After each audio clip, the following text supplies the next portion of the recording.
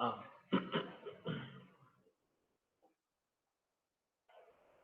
Welcome to the class of RF and millimeter wave IC design. So today we'll start our unit 3, and unit 3 we have two topics in unit 3. One is about matching networks, or we call it as passive impedance transformation networks, and other one is low noise amplifier. So basically, uh, why we are studying matching network is, in prior to in before we start the circuits of RF circuits from LNA onwards, we know that when you say an RF system, there will be cascaded blocks, and every block should be perfectly matched, or matched at least, in order to ensure that maximum power is getting transferred from one stage to another stage. And especially when we talk about low noise amplifiers, the first active block in the RF chain, we need to ensure that the same matching should be, an input matching is basically identified as a problem in the case of LNA. We will see about input matching when we start low noise amplifier, but you can just think of like if you are using a topology based on MOSFET, and if the input to the MOSFET is gate, in that case definitely the input impedance seems to be capacitive. But usually the termination is purely resistive of 50 ohm, and in such cases we need to transform the impedance from capacitive to resistive in order to have proper matching. So anyway, we'll talk about how the application of this matching in our next section of low noise amplifiers. And now in few lectures, maybe 3 to 4 lectures, we will see how we can use passive networks in order to do impedance matching, or in certain cases we may need to transform impedance, right? So generally we call this matching networks as passive impedance transformation circuits, or techniques as well. Passive impedance transformation.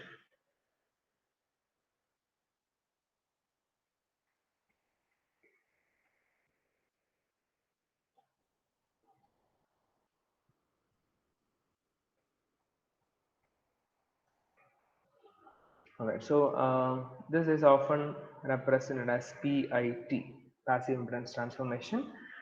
In essence, it is same. It is same. Matching networks and impedance transformation networks are one and the same. So, if you ask me what is the role, or why do we need these type of networks, the one answer to that is, this is basically to uh, convert an impedance from its low value to a high value, or from a high value to low value. So to convert from a low impedance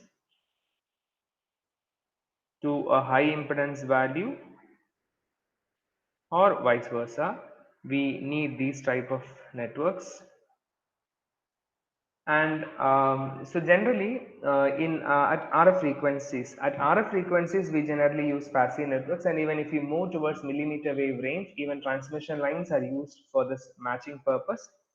So at RF we generally use this passive networks,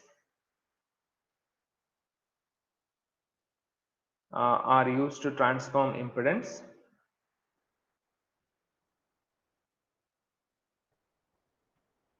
So when we say passive networks, we basically use the elements of R, L, and C. So resistor, inductance, and capacitors are generally used to transform impedance. All right.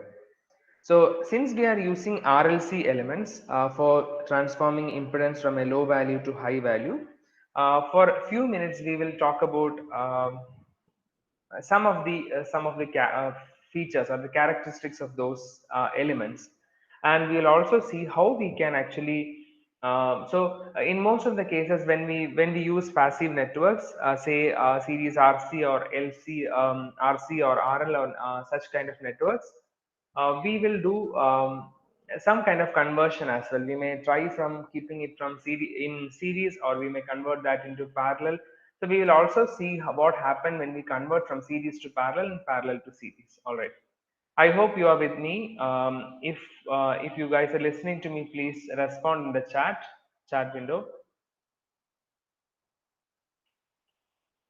All right, thank you. So the very first thing what we'll discuss about this RLC elements in this passive impedance transformation is about the quality factor of those elements. Quality factor, or generally we represent it as Q. So you would have heard about Q factor multiple times. Even in our second unit we were talking about Q factor. So generally Q factor of an element, it represents Q factor, shows how close. So one way of defining Q factor is how close to an ideal. So how close to ideal and energy storing devices. So if you have storing devices, say for example inductors or capacitors, we will measure how close that energy storing device is to an ideal capacitor or an ideal inductor in terms of Q factor.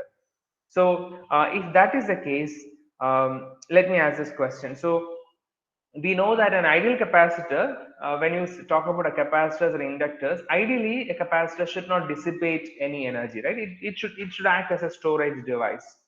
In that case, if I want to use Q factor to show, or if I want to use Q factor to characterize that capacitor, an ideal capacitor, what should be the value of the Q factor?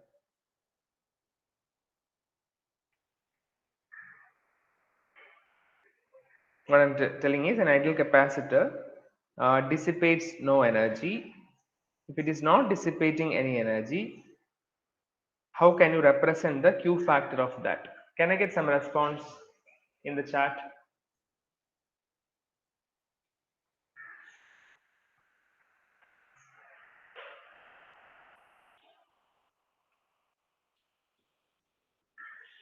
Infinity, yes. So if an ideal capacitor, if it is not dissipating energy, so if Q factor is a measure to say that the device is an energy storing device, it should be equal to infinity.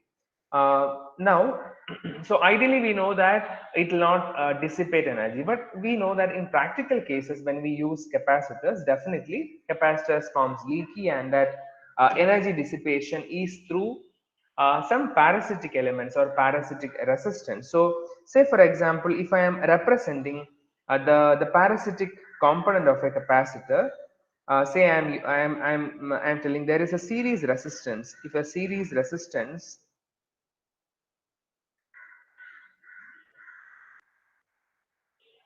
if a series resistance uh, and I'm calling it as RS, if the series resistance is there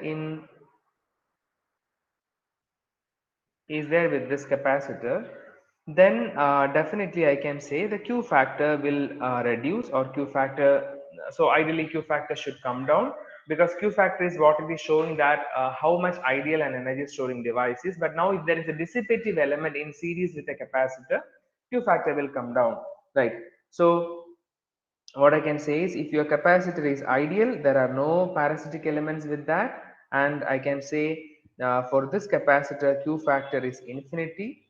But if I consider an ideal, sorry, a practical capacitor, there will be definitely some parasitic elements. So say this is RS, and in that case Q factor will come down. And in such case, how we will represent Q factor is the reactance, or the reactance of the element, which is 1 by c omega divided by the resistance, or the impedance of the dissipating element. So we can see that Q factor, when we represent in this form, this is basically the desired component, right? When you have a capacitor, this impedance or this reactance is the desired one, but what is in the denominator is actually an undesired factor. And in presence of a series resistance, your Q factor will not be high, Q factor will come down, right? So you can just see now, if your RS is equal to, so if there is no series resistance, That means Rs will be equal to 0, and in that case Q factor will be equal to infinity. All right.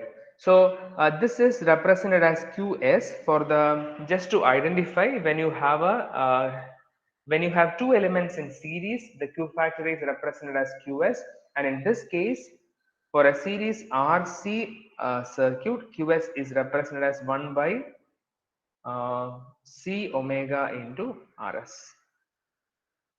All right. So Q factor is basically a measure, or Q factor says that your energy storing device is close to ideal, how much it is close to ideal. But in practical cases, we will have parasitic elements associated with such energy storage devices, whether it is capacitor or inductor. And in such cases, we will define Q factor with the help of this ratio of the desired impedance to the undesired one. And for a series RC element, your Q factor is equal to 1 by omega C into Rs. And definitely you would have seen this expression in your network analysis class in your third semester. All right. So moving on now. So here I have represented the parasitic resistance as a series component. But in most of the applications, or when we consider most of the circuits, it is very useful if we can represent this parasitic element in the form of the in form of a parallel resistance rather than a series element. So we will we'll definitely come across such cases where this parallel resistance will become very useful.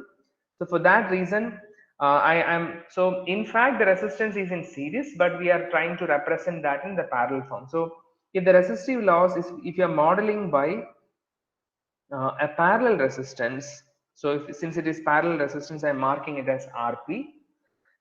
In that case, my circuit is like this. I have a capacitance and I am modeling the resistance of the parasitic element. I am modeling it as a parallel component, and I am marking this as Rp, and this is the capacitor C.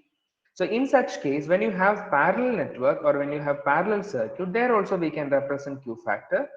So for such network, again, it should come to the basic idea. When there is no parasitic element, your Q factor should represent the energy storing device capability of that, right? So in that way, if I want to represent the Q factor of this parallel circuit, it should be in the form of Rp divided by 1 by C omega, for the reason that if this for this parallel RC parallel RC network, when you say there is no parallel resistance, the resistance value should be basically infinity, right?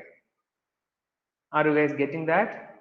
For this parallel RC network, if you say that the capacitance is ideal, Rp should not be there. In that case, Rp should be equal to infinity. Then only you will have only capacitor in the network. So when your Rp becomes infinity, that implies that your Q factor is also equal to infinity. Again, it shows that it is close to an ideal device. So in such case, we will mark this as parallel Q factor, which is in parallel. I hope what I discussed now is clear. So in short, I can say Qs can be represented as 1 by C omega into Rs. That is the case of a series RC network. Similarly, for a parallel RC network, I can represent it as C omega into Rp. All right, this is for, so these two equations are for RC networks, whether it is in series or in parallel. To identify that, we will denote it as Qs or Qp. All right. So in a similar way, if we write for series RL, so say we have L and a series resistance Rs, or we can write in the form of a parallel RL network. So this is again L and this is Rp. In both cases, you can write Q factor, and Q factor here in Qs can be written as, I hope you will understand this if I am writing.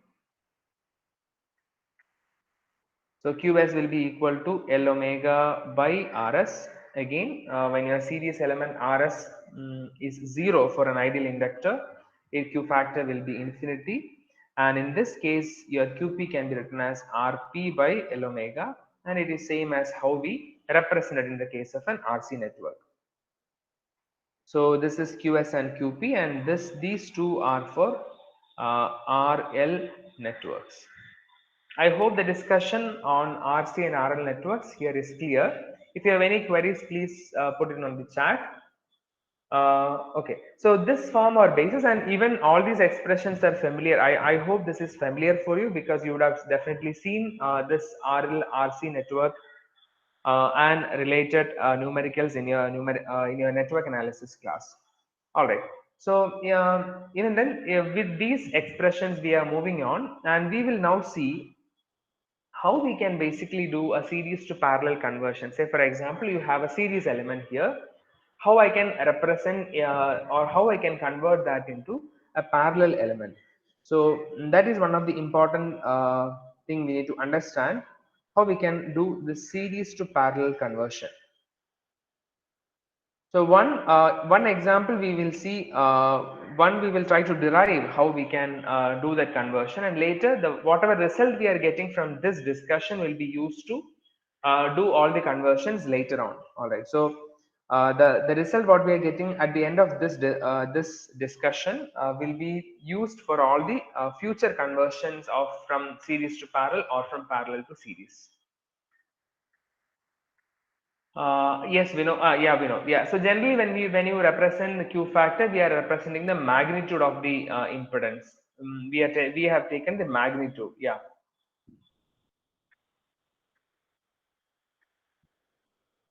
All right. So I'm just going to do one simple transformation here from series to parallel. So what I'll do is I'll take a series element with a capacitor.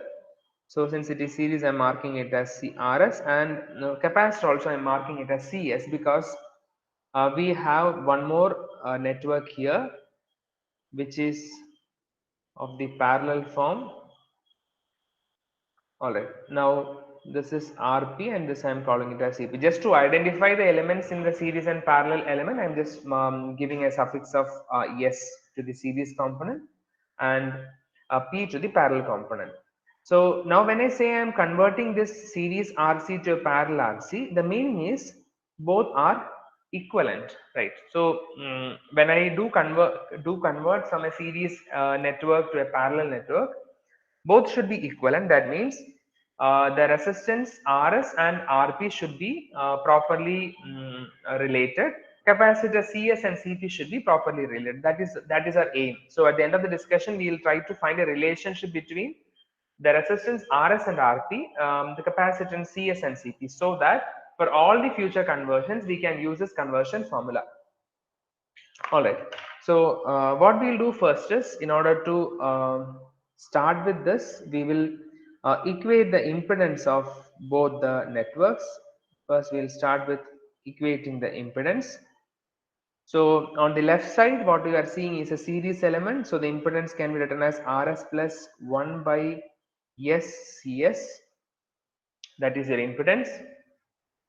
And on the right hand side, you have Rp and a parallel capacitor. So the impedance there is equal to Rp parallel to 1 by SCP, which can be further written as Rp into 1 by SCP divided by Rp plus 1 by SCP. So this is the one single derivation. If you can listen, if you can understand this, that the result can be utilized further, and even if you are given another circuit, we can actually do in a similar way. So I'm quickly rearranging this equation so that I'll get it of the form 1 plus S Rs Cs divided by SCS, which will be equal to 1 by SCP. So SCP will be cancelled from the numerator and denominator, which will result in RP divided by 1 plus S into RP CP. All right. So this is our expression. 1 plus S into RPC. Now I'm just cross multiplying this, so that will result in this into 1 plus SRPCP, which is equal to SRP into CS. And here, if I'm again opening the brackets, I can write it as 1 plus SRS CS plus, so 1 plus SRS CS plus S square RS CS RP CP.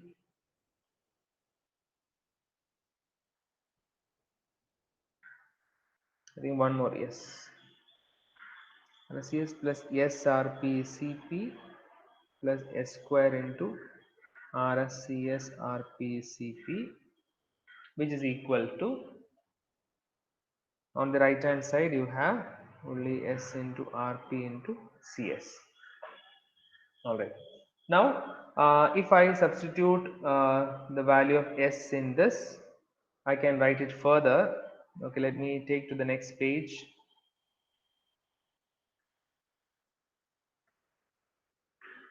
Okay, so what I'm doing here is I have equated the impedances, and then I have just did like small iteration. Sorry, I just cross multiply, and I'm writing all the products, and now I'm going to substitute what is S and that which is j omega.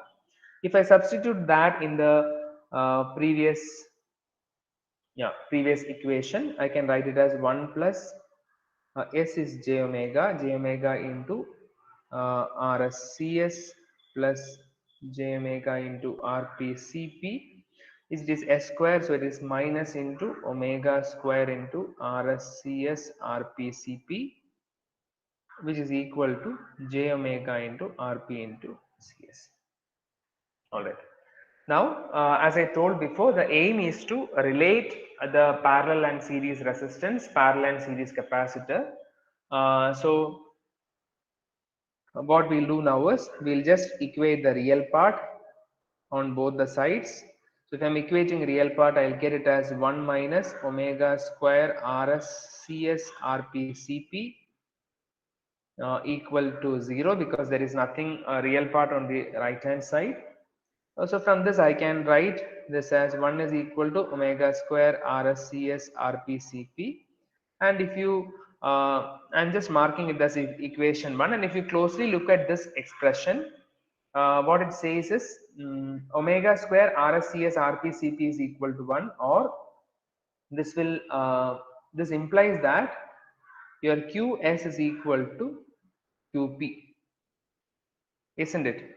So when you from this equation number 1, you can say that the QS is equal to QP, series Q factor is equal to parallel Q factor from equation number 1.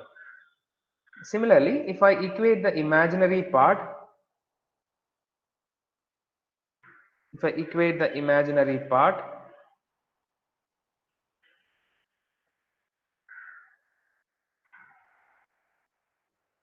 imaginary part on left hand side is it is RSCS plus RPCP. On the right hand side is RPCS, because j omega is there on both LHS and RHS, so it will be cancelled. So this I am taking it as equation number 2. All right. So now I'll use this equation number 1 and 2, which is obtained after equating the real and imaginary part of both series RC and parallel RC network. So now I can say from equation number 1, if I use equation number 1, from 1 I can say RPCP is equal to, if I write an expression for RPCP, I can write it equal to 1 by omega square into RSCS, and I'm marking this as equation number 3. Similarly, from equation number 2 obtained by equating the imaginary part, from there also I'm writing an equation for RPCP.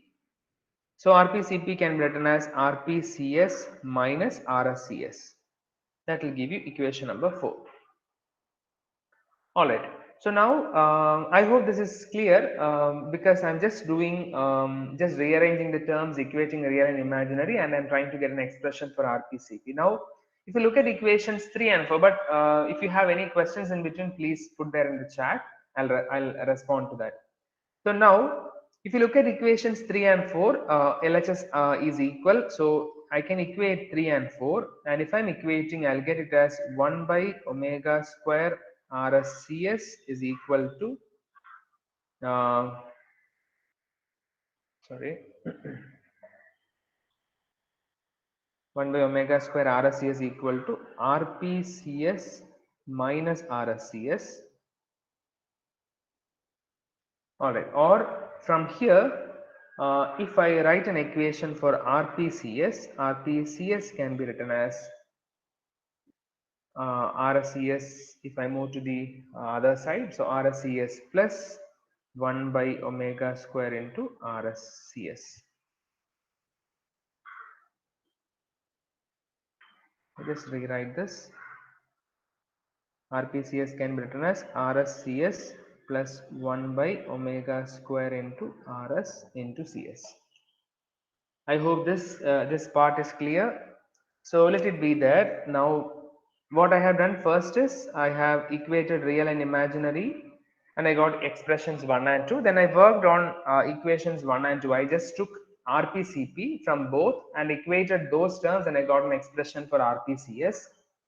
Hold on. Similarly, I am doing from equation number 1.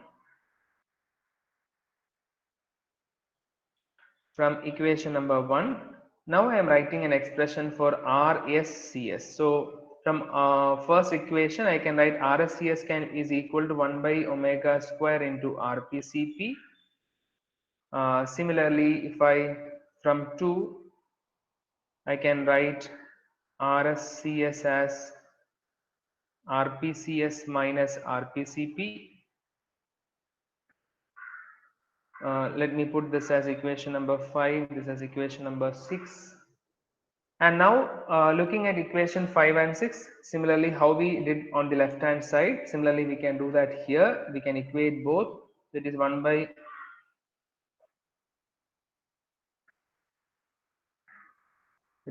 by omega square RPCP is equal to RPCS minus RPCP. Or from this I can write RPCS as RPCP plus 1 by omega square RPCP.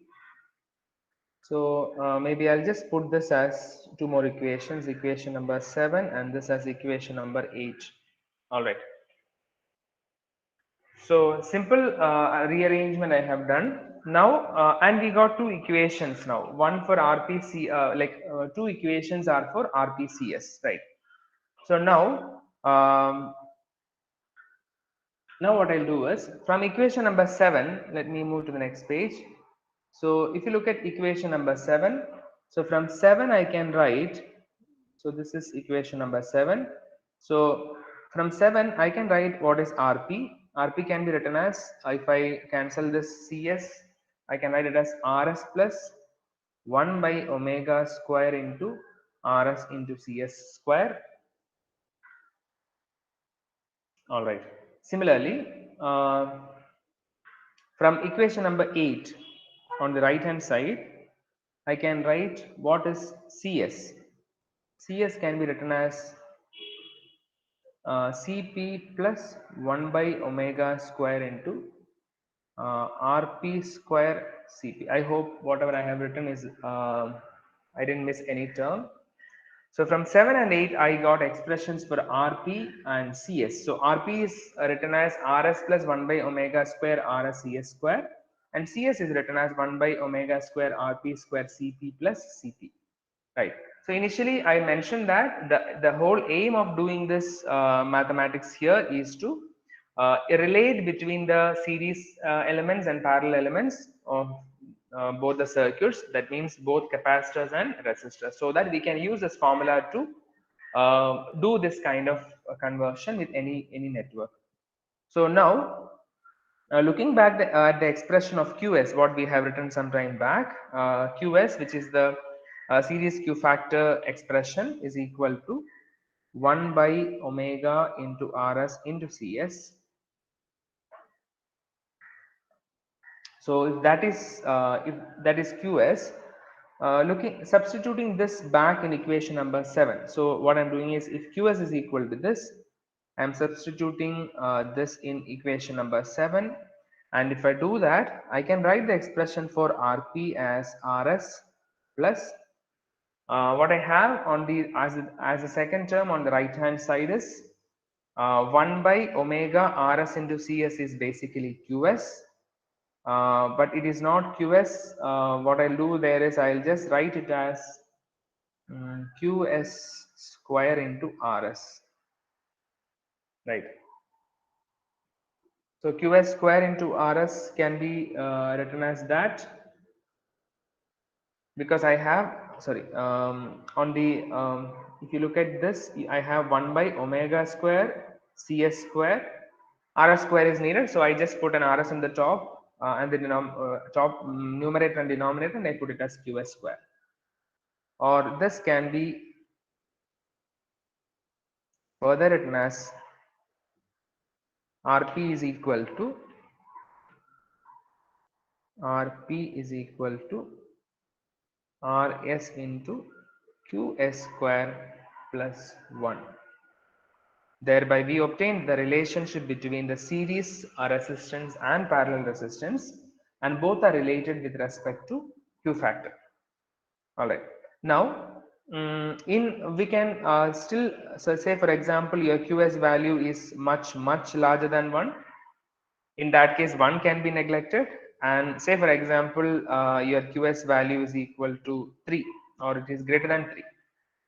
In that case 9. So 9 when compared to 1, 9 is huge, and in such cases I can directly write Rp as Rs into Qs square, right? Just for the calculation purpose, this will look more simple.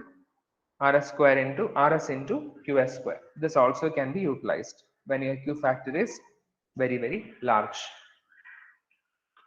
All right, I hope this is clear. And similarly, if now I need to get an expression between Cp and Cs. For that, what I'll do is, since I had written Qs, now if I write an expression for Qp is equal to Rp Cp into omega, which is equal to Qs is equal to 1 by Rs Cs into omega.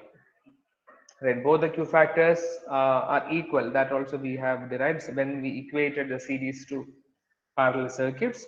So with that, if I write the expression for Cs from equation number 8, I can write it as Cs is equal to Cp plus, I'll substitute the value of Qp there in the denominator.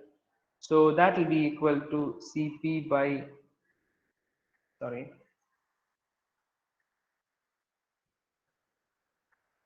Cp by Q S square.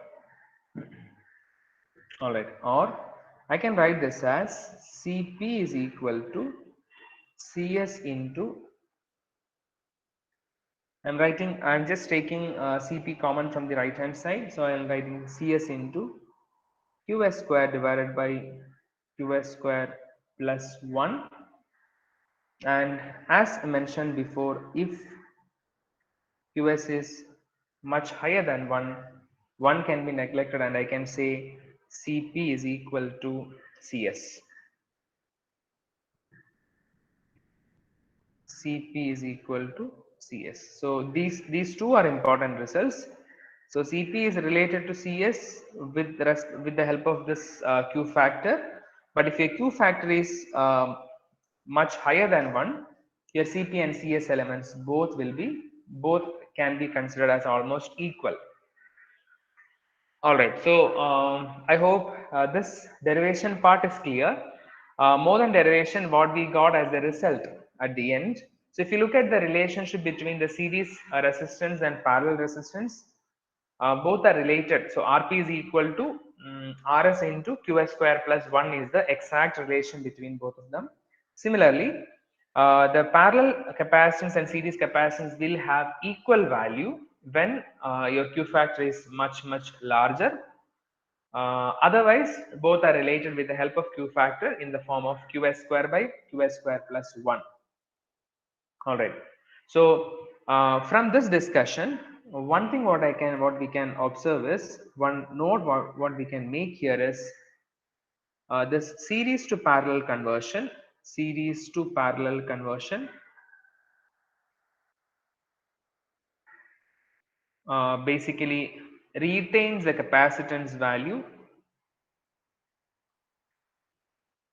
again with the assumption that the Q factor is high, retains the capacitance value,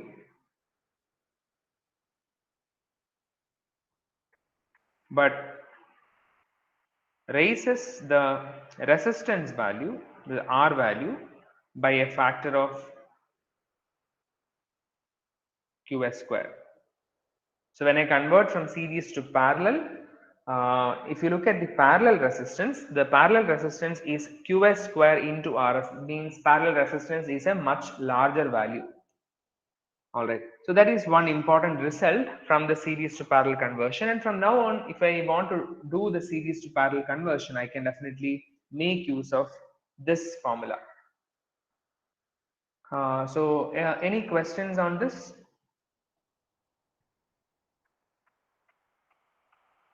Alright, so we'll if you have questions please post it here, we'll discuss now. So as I mentioned before, this matching networks is basically to convert from a higher impedance to a lower impedance, or from a lower impedance to higher impedance, and for that we will use different sections, we call it as sections, or different set of elements to do this conversion. So if I summarize the discussions what we made here, I can write it as the RP value when we do series to parallel conversion of RC network. So let me write for the RC network here. So if I look for RC network, RP can be written as RS into QS square plus 1, and CP can be written as CS into QS square by QS square plus 1. This is for parallel and series RC network. Similarly, if you look for RL network, there also you can write this. So there also this remains the same, QS square plus 1, but your LP and LS is related as just the inverse of this, so QS square plus 1 divided by QS square. So this is the relationship in the case of both RC and RL network. All right. Or in general we can say the capacity for the reactive elements xp, the reactance of the parallel component is equal to reactance of series component into q square plus 1 divided by q square. This could be used as a general formula, and you know that for capacitance and inductance it will be just inverse of that. All right. So this form the basics, and with this we will look at various elements where we can do this kind of conversion, and probably we'll start those networks from the next class onward. So I'll be just winding up today's session here. Just hold on, we'll have some discussion and then we will wind up. Thank you so much for joining today.